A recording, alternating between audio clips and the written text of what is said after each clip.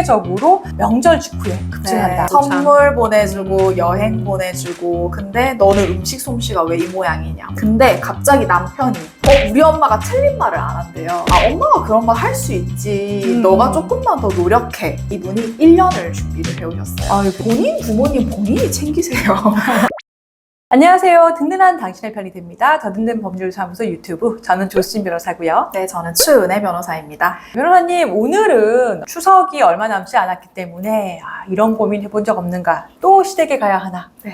정말 명절 스트레스 만만치 않게 주는데 실제로 그 명절 이후가 되면 이혼 상담이 급증하잖아요. 설날 이후인 한 2월경, 네. 1월 말경, 그리고 어버이날이나 이런 가정의 달 행사가 많은 5월, 네. 그리고 추석이 끝난 9월, 10월 이때 정말 평소보다 두세 배가 늘고. 제가 형사도 하고 가사도 하잖아요. 근데 형사 상담은 언제 받는 줄 아세요? 언제 만나요? 여름에 더울 때 싸움 많이 나거든요.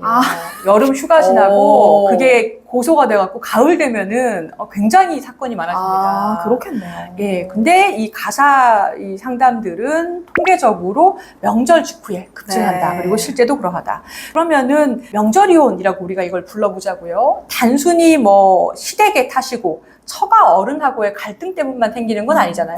맞아요. 제가 이혼을 이렇게 사건을 보다 보면 정말 다양한 유형을 만나요. 근데 핵심은 다른 게 있더라고요. 이게 뭐냐면 시댁과 처가 어른들이 어떤 말과 행동을 해서 싸우는 게 아니라 사실 그들은 우리 가족의 입장에선 제3자란 말이에요. 그렇죠. 그래서 사실 결혼을 하면 우리가 남편, 아내, 그리고 자녀가 있다면 자녀까지가 딱 원가족, 한 세트 원팀이 돼야 되고 나머지는 제3자예요. 근데 문제는 이때 사실 제3자들은 우리 가족을 알 수가 없어요. 모든 상황을 하나하나 알 수 없거든요. 근데 그때 말을 한마디씩 덧붙이는 거예요. 그 유형은 다를 수 있어요. 뭐 비교를 한다 뭐든 뭐 다 다를 수 있는데 제3자가 아닌 우리 가족의 일원처럼 마치 포함이 되는 남편의 행동, 뭔가 아내의 행동. 저는 이게 가장 그냥 공통점이더라고요. 핵심이고. 네. 그러니까 시어머니가 뭐라고 했다, 시아버지가 뭐라고 했다, 아니면은 뭐 장인 장모께서 뭐라고 했다라는 것보다는 남편이 어떤 반응을 보였느냐. 네, 맞습니다. 결국에는 본인들이 제일 중요하다는 말씀이네요. 맞아요. 정확한 말씀이고요. 예를 들어보면 시어머니가 큰며느리는 명절 때 이것도 해주고 저것도 해주고 넌 왜 이렇게 만약에 성의가 없냐 이렇게 말을 했어요. 그럼 사실 우리가 모르는 사람이 이런 얘기하면 사실 흘려들으면 되거든요. 그냥 사실 설사 시어머니일지라도 부글부글 끓지만 어머니가 요즘 우리 집 사정이 얼마나 빠듯한지 모르니까 서운해서 이런 말을 하는구나. 할 수 있어요. 그럴 사실 수 있죠. 넘어갈 수 있거든요. 그럴 수 사실은. 있죠. 예. 근데 갑자기 남편이 우리 엄마는 틀린 말을 안 해. 우리 엄마는 맞는 말만 해. 남편 눈치 챙기세요. 멘트는 조금씩 다른데 네. 누구보다 나를 잘 알아야 될 이 남편이 딱 그런 멘트를 할 때 요거는 좀 이렇게 돌이켜지지 않는 것 같아요. 그러니까 시어머니보다 남편의 한마디가 이렇게 마음을 네. 후벼파는 경우가 네, 있을 것 네. 같은데. 근데 이게 법적인 이혼 사유까지 되나요? 됩니다. 이 사안이 어디에 포섭될 수 있냐면 민법 840조에 이제 이혼 사유가 규정되어 있는데 3호, 6호 사유예요. 이제 3호가 배우자 또는 그 직계 존속으로부터 심히 부당한 대우를 받을 때예요. 사실은 네. 조금 애매하죠. 왜냐면 이거는 대부분 폭력, 폭언, 모욕적 발언 이런 것들이 좀 있긴 해야 돼요. 그래서 증거가 매우 중요합니다. 명절 이혼의 특수성들 이런 것들은 대부분 6호 기타 혼인을 계속하기 어려운 중대 사유에 포섭이 됩니다. 실제 그런 사례를 많이 보셨을 것 같아요. 저 진짜 제 의뢰인 중에 어떤 케이스가 있었냐면 한 결혼 7년 차예요. 근데 명절 때마다 이제 시어머니가 다른 집 며느리들이랑 되게 비교를 많이 해요. 선물 보내주고 여행 보내주고 근데 너는 음식 솜씨가 왜 이 모양이냐. 사실 모욕도 아닌 발언인데 평소 직장 다니는 워킹맘이시고요. 그리고 시댁 제사 있을 때 재료 항상 준비해서 가세요. 그리고 명절 같은 날 하루 전부터 음식을 준비하세요. 사실 요즘 이런 분이 어딨어요. 아니 그 정도면 2배, 3배 네. 하신 것 같은데요. 근데 여기서 우리 엄마가 틀린 말을 안 한대요. 엄마가 그런 말 할 수 있지. 너가 조금만 더 노력해. 이렇게 얘기하는 거예요.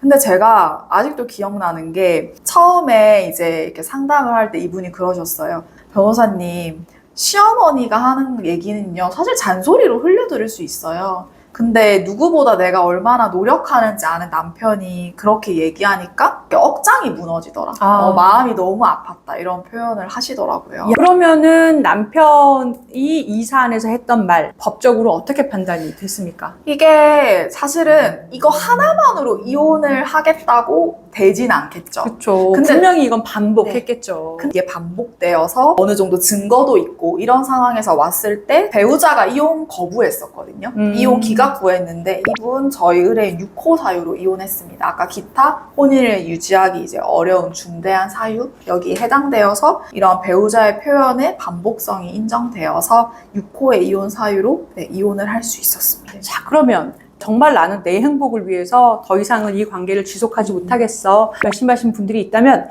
준비해야 될 증거는 뭡니까? 제가 이분 케이스를 이혼 상담을 1년 전에 했었어요. 그리고 이분이 1년 뒤에 오셨거든요. 이혼 소송을 하겠다고. 배우자는 이혼을 거부하는 상태에서 협의 이혼이나 조정이 안 되는 상황이었었고 근데 제가 그때 뭐라고 얘기했냐면 발언이나 이런 녹음을 하셔야 되는데 증거를 꽤 기간을 수집을 해야 된다. 최소한 2-3달은 수집해야 된다. 이런 안내를 드렸는데 이분이 1년을 준비를 해오셨어요. 아이고. 첫째, 모욕적 발언이나 행동이 있을 때 구체적인 일시장소 상황을 일기에 기록해라.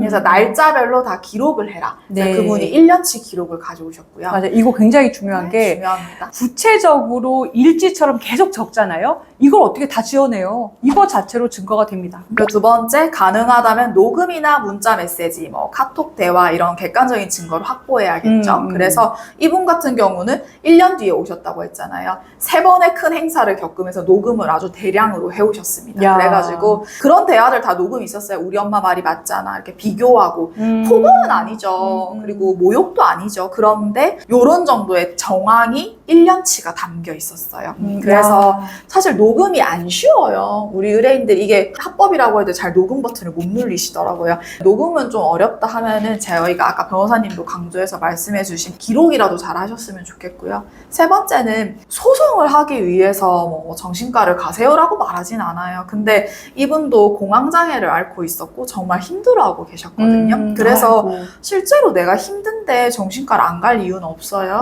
그래서 정신과 가서 상담 받으시고 심리 상담도 받으시고 이런 것들 한 1년 동안 기록이 있으면 사실 내가 이런 걸로 스트레스나 우울감을 느꼈는지를 증명할 수 있고 이분 같은 경우는 실제로 공황장애로 인해서 정신과랑 심리 상담을 병행하셨고 그 기록이 한 3년치가 있었어요. 야, 듣다 보니까 참 마음이 아프기도 하네요. 나에게 가장 힘이 되어야 될 가족이 나의 자존감을 갉아먹고 이게 저는 그 남편분께서 명절에만 이러시진 않았을 거라고 생각해요. 그럼요. 오죽하면은 아내분께서 정신과를 다니고 이런 결정을 하신 것 같은데 자 그러면 명절을 맞아서 건강한 부부관계를 위해서는 어떤 점이 중요할까요? 우리 가족의 경계를 명확히 하셔야 돼요. 이거 너무 좋은 말이에요. 네, 맞아요. 정말 명확히. 왜냐하면 우리 가족은요. 남편, 부인, 아이가 있으면 자녀, 원가족, 원팀 끝이에요. 나머진 제3자. 맞아요. 제가 시댁이나 처가에 예의 없이 하라는 게 아니에요. 어른들한테 충분히 명절 때 문안 인사 드리고 선물 드리고 생신 축하해드리고 다 하죠. 그런데 모든 그런 행위들도요. 내 배우자를 희생시키면서 할 일은 아니에요. 그냥 본인 부모님 본인이 챙기세요. 누가 누구를 챙겨. 그러니까 본인 부모님 각자 효도 잘하고 맞는 말씀입니다. 네, 각자 효도하시면 되고요. 그리고 부부의 상황을 어떻게 부모님이 다 아나요? 이거는 와이프, 남편 똑같아요. 부부의 얘기를 외부로 누설하지 않는다. 부부의 얘기는 우리끼리 해결해야 돼요. 그래서 제3자들이 껴봤자 해결될 일이 아니거든요, 그거. 그래서 정말 가족의 경계를 말씀드리고 싶고 명절 전 혹은 후에 이 영상을 보는 분들이 좀 이런 부분 꼭 생각해 보시면 좋겠어요. 우리가 부모를 선택해서 태어나지 않잖아요. 그렇죠. 자녀도 부모를 선택할 수 없어요. 근데 유일하게 내가 선택할 수 있는 게 배우자예요. 배우자. 그렇죠. 유일한 내 가족을 선택할 권리를 내가 선택했다면 조금은 책임감 있는 태도가 필요하지 않을까. 네, 이런 말씀을 드리고 싶습니다. 혼자서 참고 견디시는 것보다는 그러한 사고방식이 부족한 배우자하고의 이제 상담을 통해서 해결책을 좀 찾아보시는 네. 것도 저는 권유를 드리고 싶습니다. 좋습니다. 네, 오늘은 명절 앞두고요. 많은 분들이 고민하고 계시는 시댁 갈등 그리고 이혼 문제를 한번 짚어봤습니다. 든든한 당신의 편이 됩니다. 법률 문제를 전문적으로 속 시원하고 정확하게 풀어드리는 더듬는 법률사무소 유튜브 오늘은 여기까지입니다. 저는 조수진 변호사고요. 네, 저는 추은혜 변호사였습니다.